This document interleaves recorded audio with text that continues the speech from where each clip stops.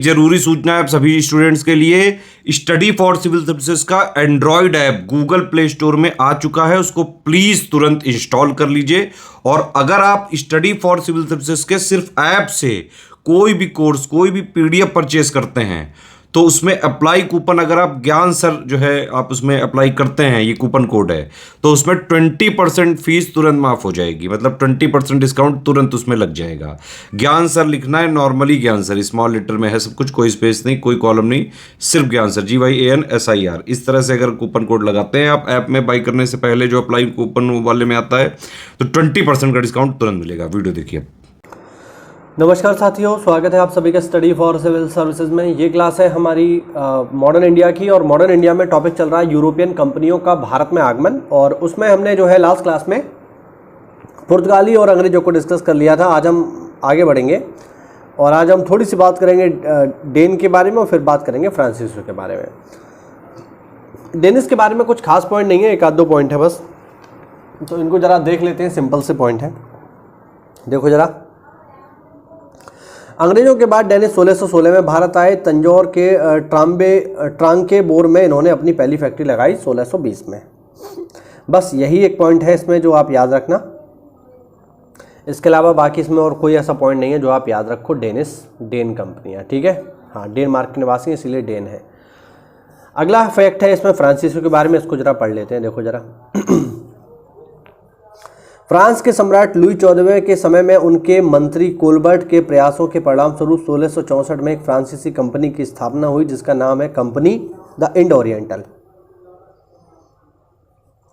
फ्रांसीसी पहले मेडागास्कर द्वीप में पहुंचे, परंतु वहां उपनिवेश स्थापित करने में असफल रहे। फ्रांस से एक दूसरा दल 1667 में चला। इसका नायक फ्रैंको कैरो था।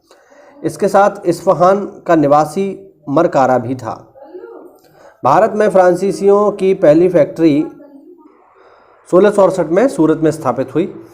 मरकारा गोलकुंडा के सुल्तान से एक अधिकार पत्र प्राप्त करके 1669 में मसूलीपट्टनम में दूसरी फ्रांसीसी कोठी स्थापित करने में सफल हुआ।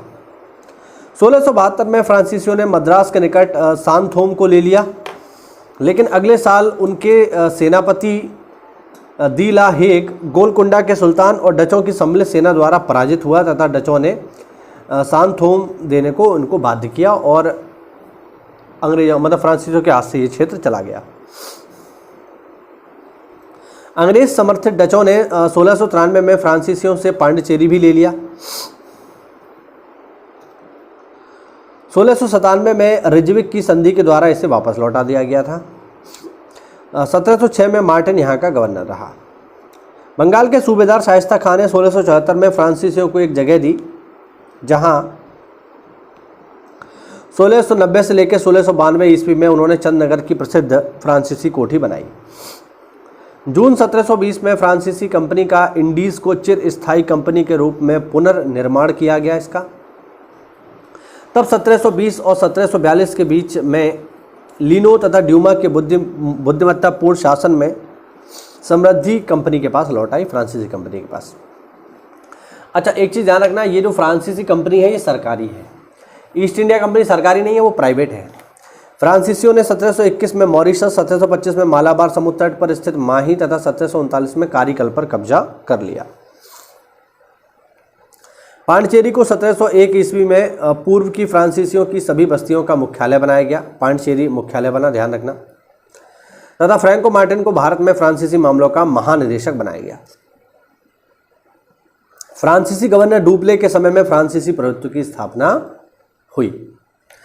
अब भारत में अंग्रेज भी हैं और फ्रांसीसी भी हैं, तो अक्सर करके क्या होता था, अंग्रेज तथा फ्रांसीसियों के बीच युद्ध चलता रहता था।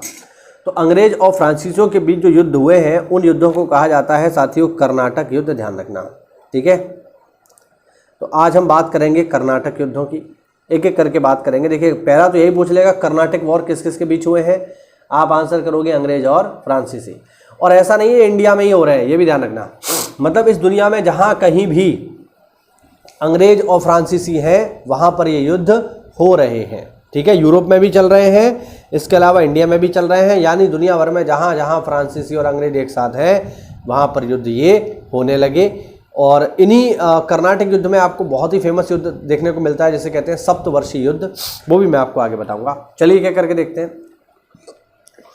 पहला है जो कर्नाटक युद्ध है पहला, ये हुआ 1746 से 1748 तक। क्यों हुआ? ऑस्ट्रिया के उत्तराधिकार युद्ध की वजह से ये युद्ध शुरू हुआ, यानी इसकी स्टार्टिंग देखिए कहाँ से हो रही है, यूरोप से, और होगा कहाँ, इंडिया में। चूंकि यूरोप में फ्रांस और ब्रिटेन एक दूसरे के विरोधी थे, अतः भारत में भी इस विरोध का असर पड़ा, जिसके परिणाम स्वरूप अंग्रेजों तथा फ्रांसीसियों की सेना के बीच 1746 में युद्ध प्रारंभ हो गया। युद्ध की पहल अंग्रेजों की तरफ से हुई। कर्नाटक का प्रथम युद्ध सैन टोमे के युद्ध 1748 के लिए स्मरणीय है। यह युद्ध फ्रांसीसी सेना तथा कर्नाटक के नवाब अवरुद्दीन के मध्य लड़ा गया। झगड़ा फ्रांसीसियों द्वारा मद्रास की विजय पर हुआ, जिसके परिणाम फ्रांसीसियों के पक्ष में रहे। या पहला कर्नाटक युद्ध फ्रांसीसी जीते, क्योंकि कैप्टन पैराडाइज के नेतृत्व में फ्रांसीसी सेना ने महफूज खां के नेतृत्व में लड़ रही भारतीय सेना को अदमार नदी के निकट सैन टोमे नामक स्थान पर पराजित कर दिया, यानी पहला कर्नाटक युद्ध फ्रांसीसी जीते। चलिए आगे बढ़ते हैं।